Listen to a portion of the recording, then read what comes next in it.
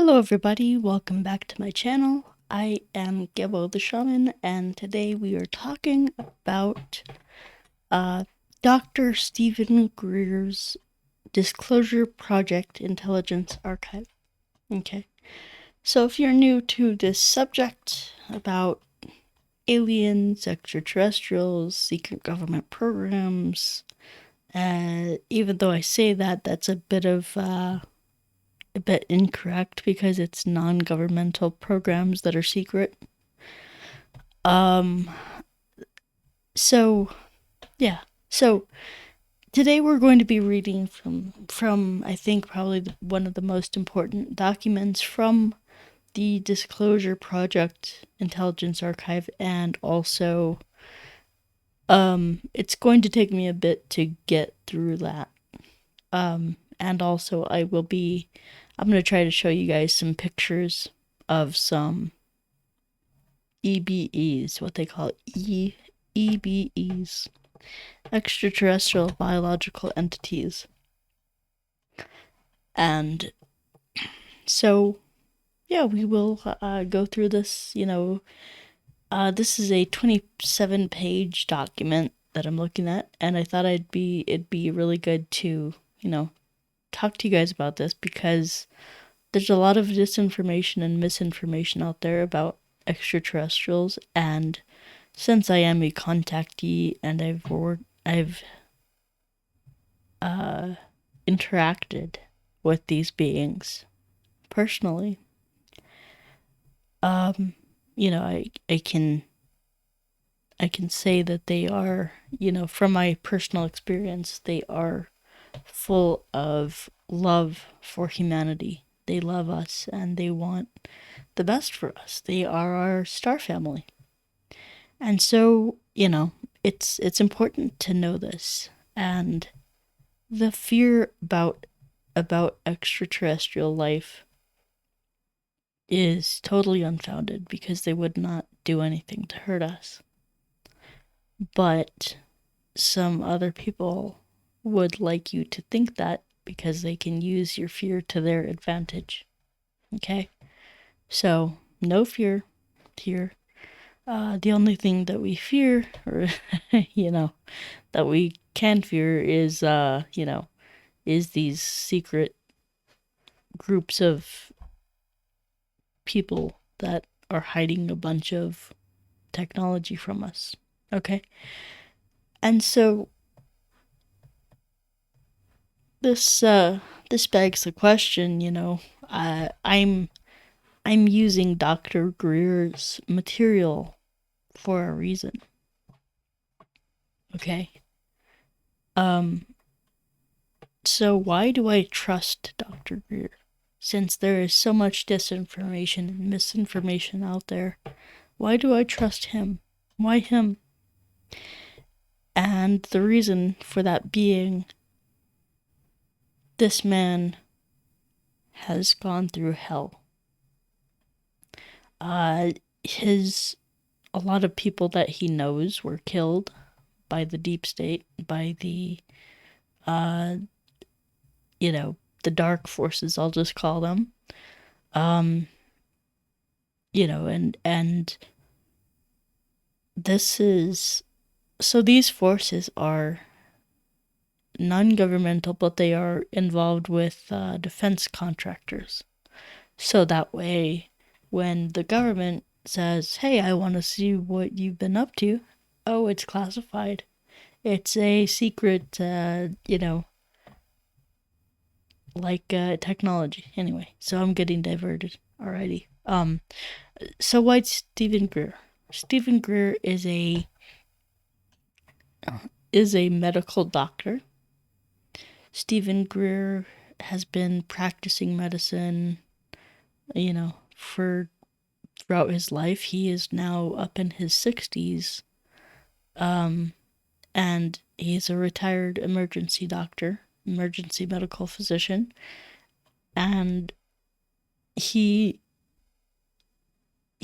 kind of began his journey with this in a way that, he had experiences as a child and growing up, and and essentially was, introduced to this. Like, he was one of these people who would actually go and meditate to connect with these extraterrestrial beings.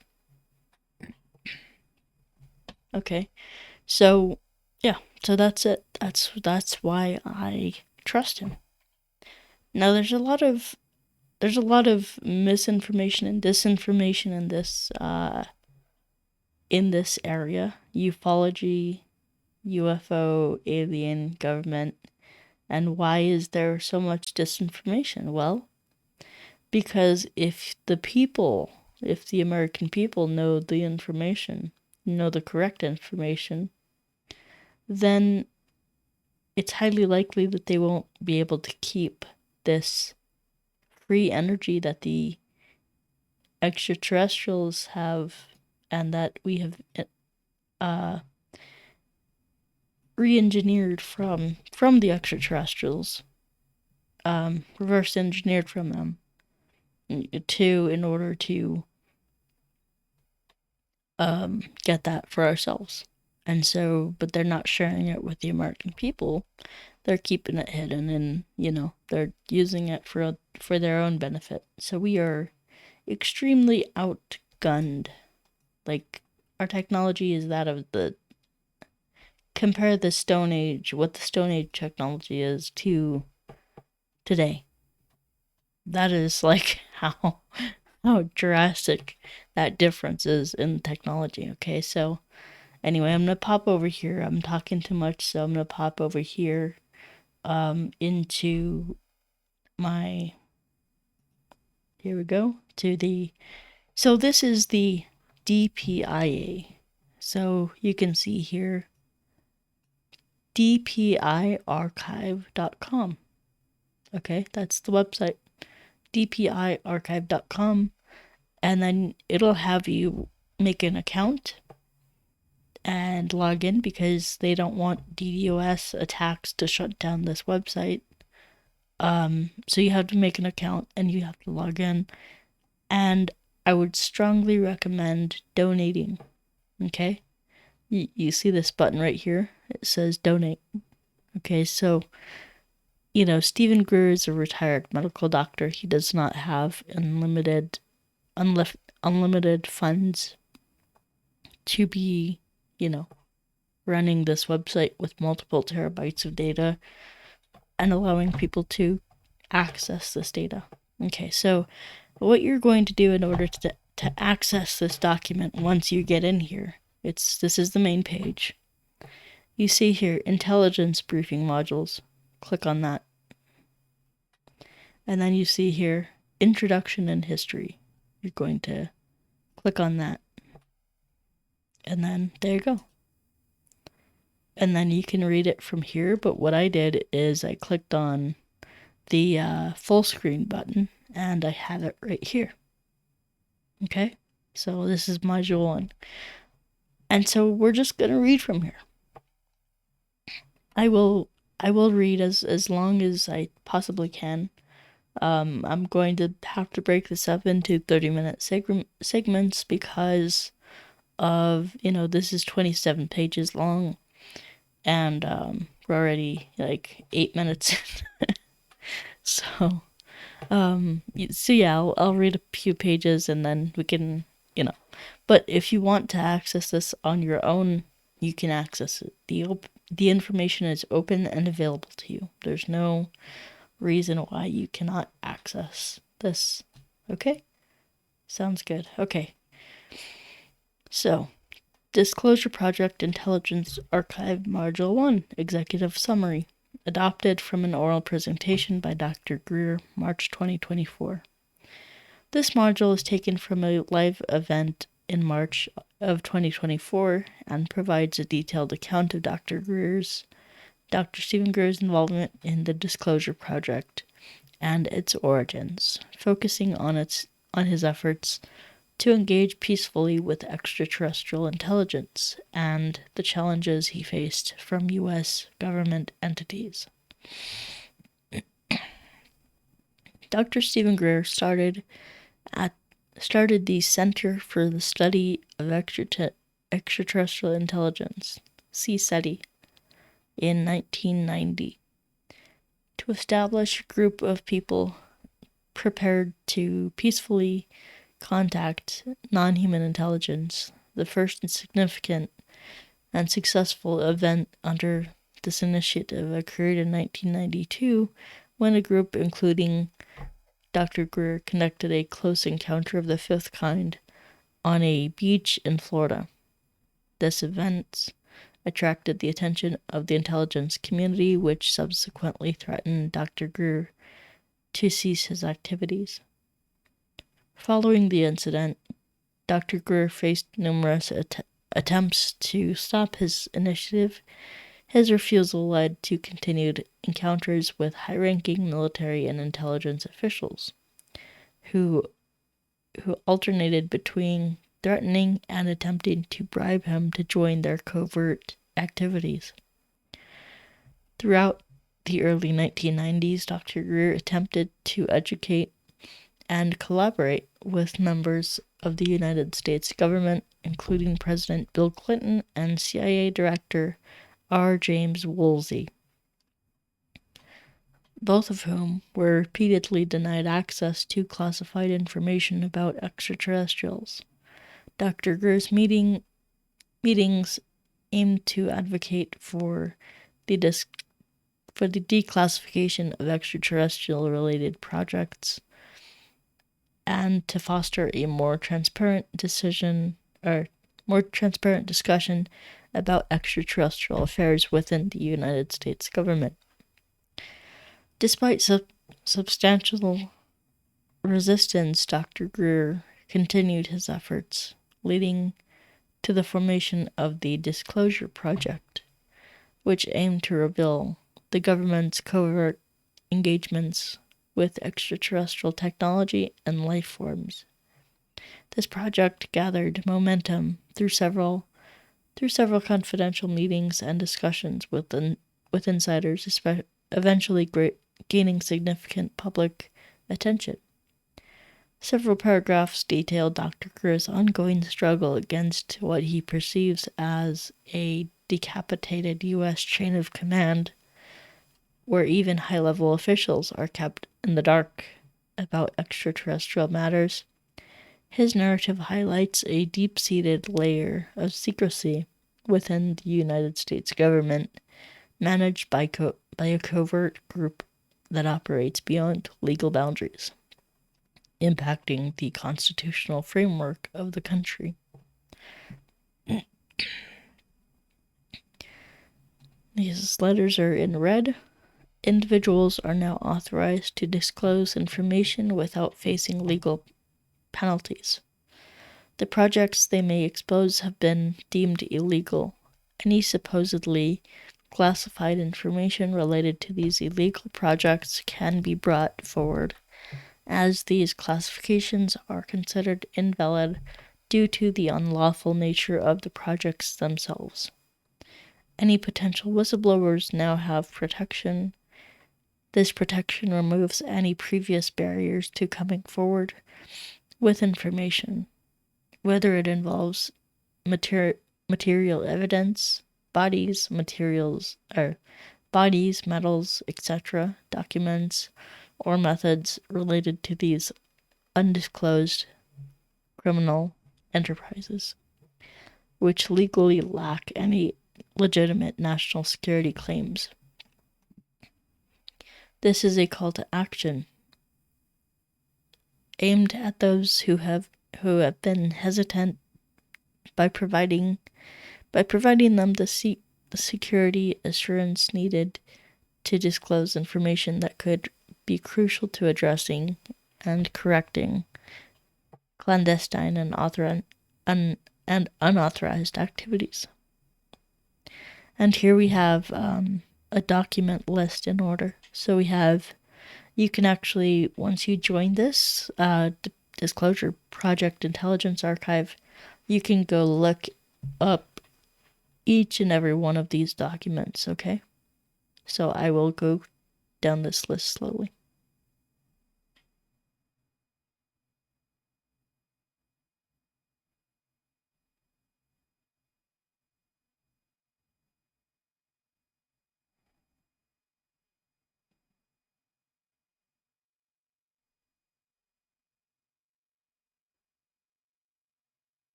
Okay.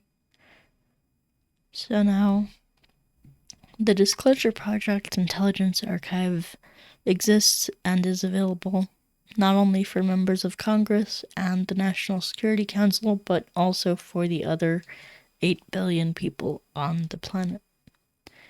The Center for Study of Extraterrestrial Intelligence, CSETI, was the original parent organization of the Disclosure Project, started in 1990 by Stephen Greer and Associates. CSETI was about creating a core of humans willing and able to make diplomatic and peaceful contact with non-human intelligence, NHI, or extraterrestrial intelligence.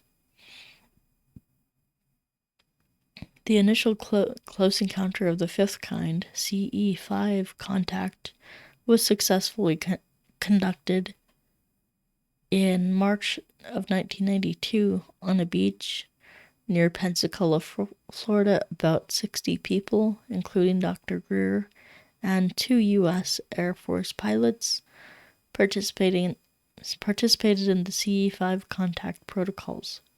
They witnessed the materialization and arrival of 4 extraterrestrial vehicles, which were both photographed and filmed. See document number. Okay. All right. The situation became public when a photograph of one of the extraterrestrial crafts appeared on the front page of the Pensacola newspaper. This drew the immediate attention of the intelligence community, which then contacted Dr. Greer and threatened him regarding his activities. Dr. Greer's response was firm and immediate, stating, "I don't recognize your authority on the matter. We're all citizens of the universe, and we're doing this as peaceful diplomats." Oops, sorry guys. Oh, there we go. It is this sentiment that lies at the heart of CSETI and the Disclosure Project. Following this rebuff, in April of 1992, Dr. Greer was summoned to a conference in Atlanta, Georgia, by the then head of the Special Forces and Army Intelligence, General Albert Stubblebine. General Stubblebine was an NSA CIA operative that had convinced Dr. Greer that he was just attending a meeting. As it turned out, Dr. Greer was seated at the head conference table with the general. Afterward, Dr. Greer was taken to a hotel room where he was told in no uncertain terms to stop initiating the CE5 protocols. It was not a pleasant meeting and led Dr. Greer to conclude that there was a covert group managing this intimidation operation who really did not care about the rule of law. In other words, they didn't care if they suspended people's basic human rights, nor did they care if they killed people, as this was the exact sentiment that was relayed to Dr. Greer.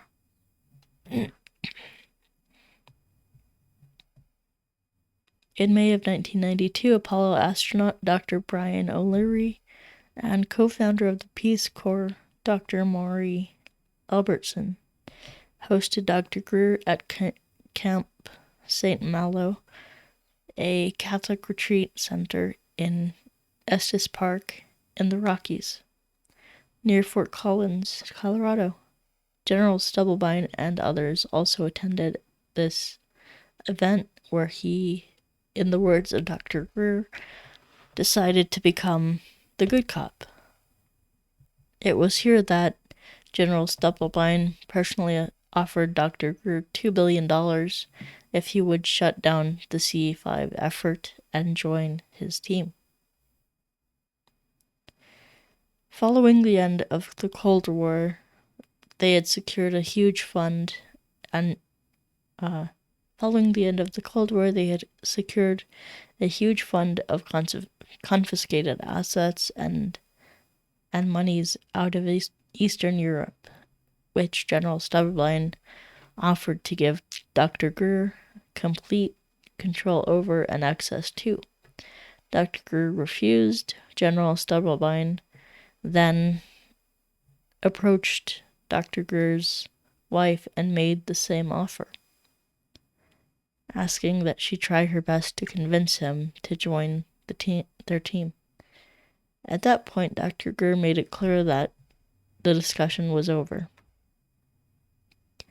With this sobering introduction of the intelligence community to the intelligence community, Dr. Greer concluded that there was not going to be a clear path ahead to continue with CE5 contact. There would be continued interference by people who did not want contact to happen peacefully. And so began the Disclosure Project, born of this first successful CE5 contact ever event. Quietly between 1992 and 2001, Dr. Greer and his team set up Project Starlight, a code name chosen by the man who set up Dr. Greer's first meeting with the CIA director under President Bill Clinton. President Bill Clinton, R. James Woolsey. And there's a document number there, too. In the DPIA archive are documents related to a January 1993 attempt by friends of President Clinton to persuade him to bear down on this matter and issue an executive order declassifying the project and these programs, and to release the information and deal with it in a legal and constitutional way. Very early in President Clinton's term, Dr. Greer was approached by the president of the Arlington Institute, John L. Peterson. He wrote in a FedEx that both President Clinton and CIA Director Woolsey had made inquiries and been denied access or information. During the 1993 period, Project Starlight was started to get people in the White House and Congress educated on the subject so they could take an affirmative action to generate those programs, declassify them, and inform the public. During this time, Dr. Greer was approached by men from naval intelligence. Initially, Dr. Greer was hesitant. However, the man was very supportive, and he too wanted the information out. He worked with very senior officials in the Pentagon and CIA, and said that his outreach had been denied. He offered his help. In July of 1993, Dr. Greer attended a meeting at the Monroe Institute in Virginia. In attendance were covert State Department CIA operatives, C.B. Scott Jones, a military advisor who had also offered to help. and several other interested parties. The purpose of the outreach was to coordinate with the executive branch, the Pentagon, and military to deconflict Dr. Greer's CA5 contact operations with military operations. There was a mutual desire to avoid interference on either side of the and to educate those who should know about the subject but had been deliberately denied access. In 1992 to 1993, Dr. Greer met with senior officials and other individuals associated with the top echelons of the Pentagon and the White House. He also met with Kevin Foley and his brother, close personal friends of President Clinton, both of whom had stayed at the White House. While all this was being back-channeled, it came to light that when President Clinton tried to move into this issue and make inquiries, he had been threatened by people representing the covert government programs headed by former President and CIA Director George H.W. Bush. He came forward and told Clinton to back off, and that this was none of your business. The DPIA includes a recent sworn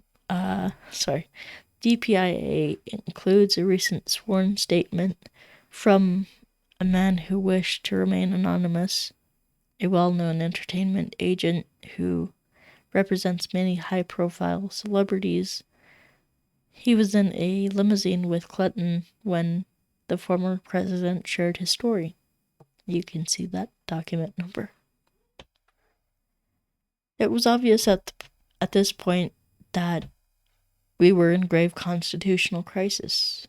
The American chain of command, including the president and members of Congress, had been effectively decapitated. It wasn't until the summer of 1993 that Dr. Greer initiated a serious effort to engage with Congress.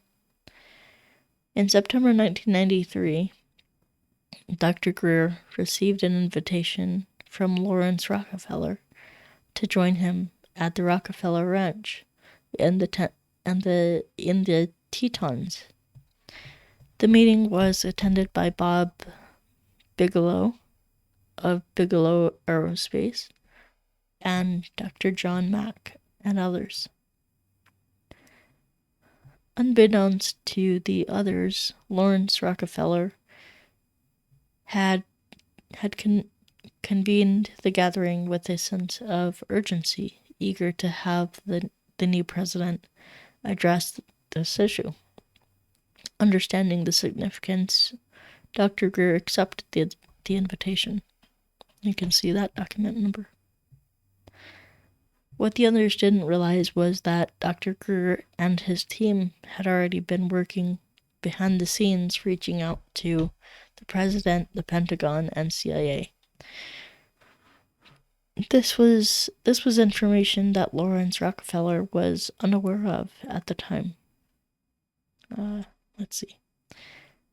There was a noticeable surprise when Dr. Greer mentioned that after leaving the ranch, he had planned to coordinate the CE5 contact team's efforts with the Pentagon's operations. At that time, Admiral Kramer, head of intelligence joint staff, ordered the head of the Air Force and Air Force intelligence to meet with Dr. Greer, his military advisor, and C.B. Scott Jones. Dr. Greer had assumed that Jones was a former State Department official, unaware that he was actually an embedded intelligence operative. The meeting location was Wright-Patterson Air Force Base, which at the time was the Foreign Aerospace Science Technology Center, FASTC. Originally, the facility had been the Foreign Technology Division of the Air Force, where the 1947 Roswell and other early crashed ET vehicles and bodies were sent. This was now 1993. Dr. Greer had a meeting with Bruce Ashcroft and Colonel Canola, who were both under the impression that Dr. Greer aimed to gather insights and probe their operations. This suspicion had led them initially to refuse a meeting request from the head of the Air Force Intelligence, who subsequently relayed their refusal to Admiral Kramer, the head of the Intelligence Joint Chiefs of Staff.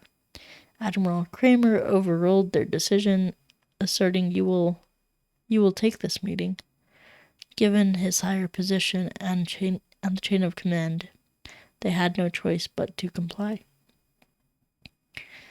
At the meeting, Dr. Greer informed them that he was not interested in hearing about the operations at the base, since he was already well informed. By September 1993, he had insiders who had worked in that command and were involved in the early crash retrievals. This network had been established rapidly between 1992 and 1993. The intelligence officers just stared at Dr. Greer while one officer furiously recorded everything. Dr. Greer explained that his presence was to harmonize his efforts of making peaceful contact with their military operations and to request that they cease their disruptions. Their interference had involved dispatching jet fighters and special forces to disrupt CE-5 events. This context set the stage for what was a challenging meeting. The officers were visibly irritated, having been compelled to attend despite their initial resistance. The night before Dr. Greer departed for the Rockefeller Ranch, he and Lawrence Rockefeller, who was then in his 80s and considered the philosopher king of the family, stepped out onto the deck. It was late, and everyone else had retired for the evening. The two engaged in a deep conversation. Lawrence's brother was David Rockefeller of Chase Manhattan Bank, now known as J.P. Morgan Chase. And his nephew was Senator J. Rockefeller, the chairman of the Senate Intelligence Committee. Both had been read in on the covert programs and were infuriated that Lawrence was hosting this meeting with Dr. Greer. During their conversation, Lawrence inquired about the progress of Dr. Greer's disclosure efforts. Dr. Greer explained that he was merely an emergency doctor without official standing, wealth, or political influence. He then suggested that Lawrence, given his age, wealth, and status as a Rockefeller, was better suited for this task. Lawrence responded with a laugh, explaining that he couldn't proceed because his brother and nephew were already jumping up and down on my nuts. His brother and nephew were already jumping up and down on my nuts because I'm even having this meeting with you. When Dr. Greer asked Lawrence how best to proceed, Lawrence suggested that they could work behind the scenes. Initially, Dr. Greer thought Lawrence was offering to lead, but Lawrence clarified that Dr. Greer himself must take the lead. Dr. Greer expressed his reservations, citing his commitments as a full-time emergency doctor with a 100-hour weekly schedule and family responsibilities. Despite these concerns, Lawrence insisted that it had to be Dr. Greer who led this initiative. After a brief exchange about their respective roles, Dr. Greer agreed to take on the challenge, emphasizing the need for substantial support. Following this agreement, Lawrence began to financially support Dr. Greer's early disclosure efforts and gatherings, as detailed in the accompanying documents. And you can see that document. Okay, I'm going to put a bookmark there. And we are on page 8 of 27. Okay. So, now then I will take you to the let's talk about some alien footage or some alien videos, photos, so let's see here. I want to find, this is how easy like the this intelligence archive is. It can be a bit confusing, but you see, if you want to see UFOs videos and photos, here it is. Just click on that, and then let's see here. We have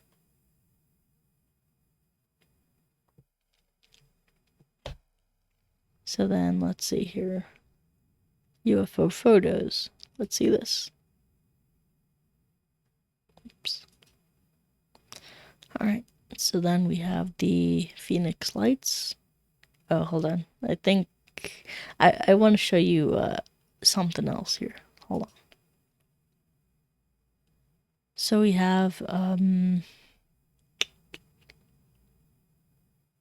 me see. I'm gonna try to so that's one of them.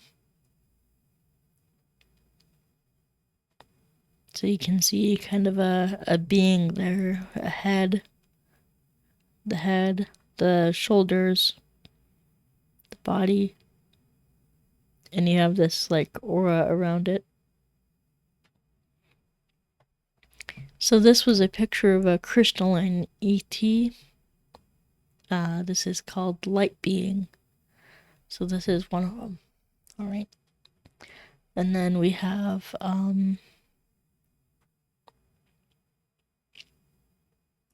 oh, here we go. Here is, oops. This is called Biju. They actually asked this being for its name. Okay. So you can see it there. And these beings are so like kind and nice. Let's see here. Okay. Yeah, so some of these are really hard to tell if you don't have like the if you don't have context, it's just hard to tell. So right there you can see that.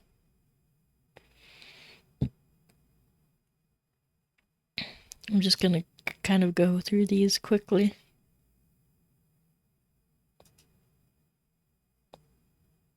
Okay, that's a video. Oh wait, is that? I'm not quite sure. Yeah, some of these are a bit difficult. Let's see.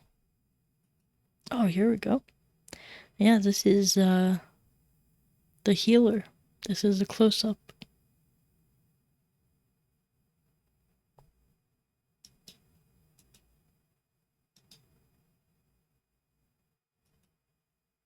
Okay. That's really cool. Because you could see like an eye, and the nose and mouth here. And yeah, it's some of these are like, wow, how did they get that? you know? Let's see here. So now we can see a bit of a, like this guy. You have this guy right here. It's right over his shoulder.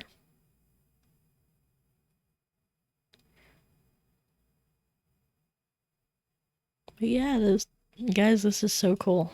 Like that we actually have encounters with these beings and we have proof, you know?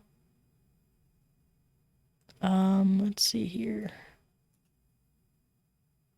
So there we have a triangular object. I think this is what they're trying to see in the first one, like the negative image of it. So like watch. See that? That's kind of similar to that. Anyway, let's see here.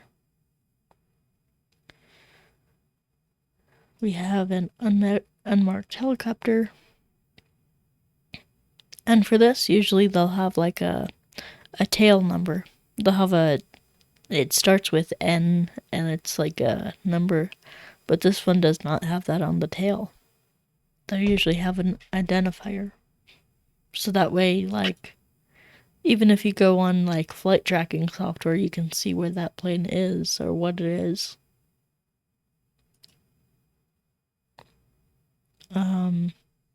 Let's see here.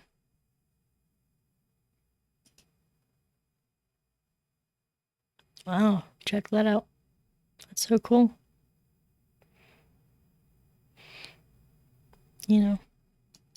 And yeah, so, the proof is here, guys. Like I hope you really enjoyed the that story, that document that I just read to you, because it's Dr. Stephen Greer is the man, you know. You can see like a cigar shaped thing. And let's see here.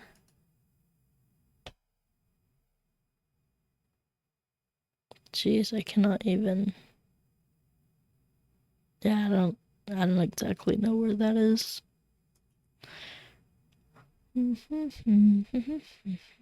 So then,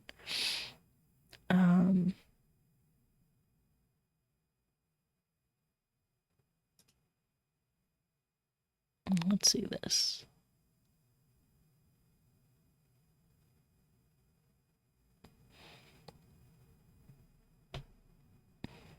And so one of the key telltale signs of UFOs is like you'll see maybe a star. But then instead of that star, being stationary, it will move in the sky. That's why these look like stars. But I think that one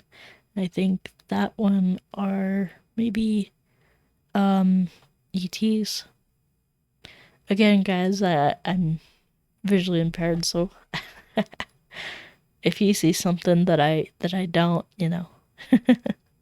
that's why. Let's see here. Insane light pattern. Wow, look at that. It's like someone took a glow stick and just went crazy with it, as well as this.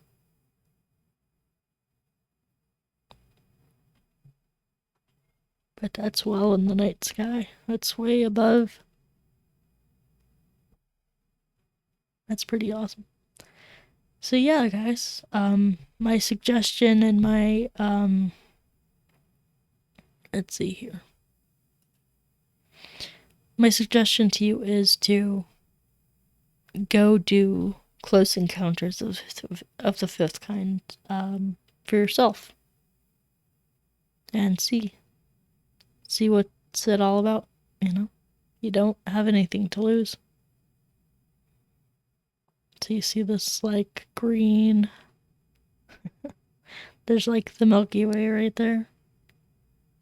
And this green. So really interesting stuff here. Let me see, guys.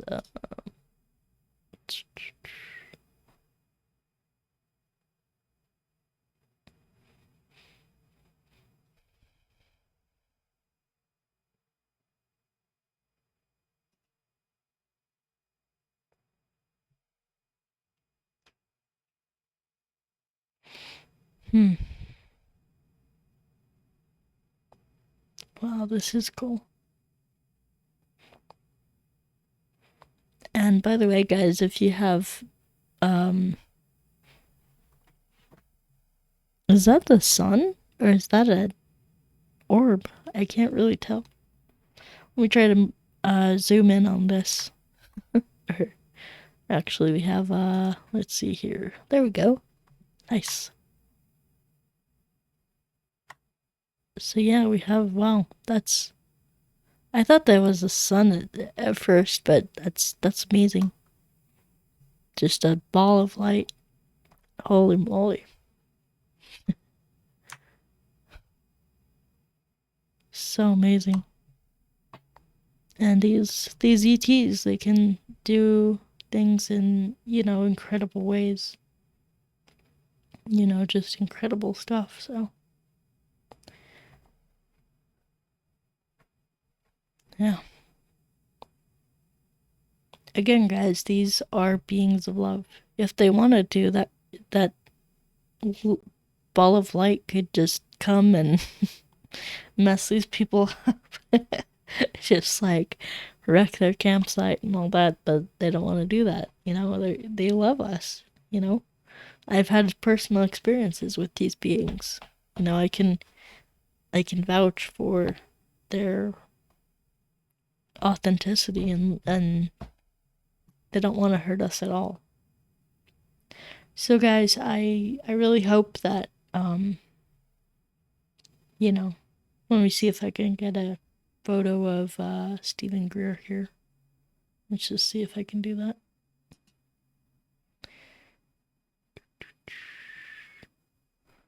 Let's see.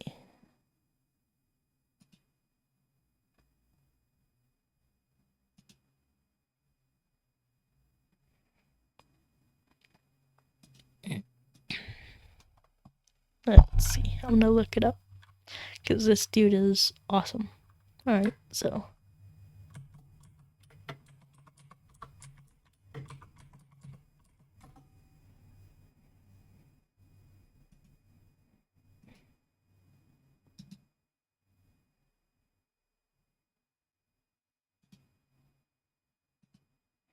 There you go.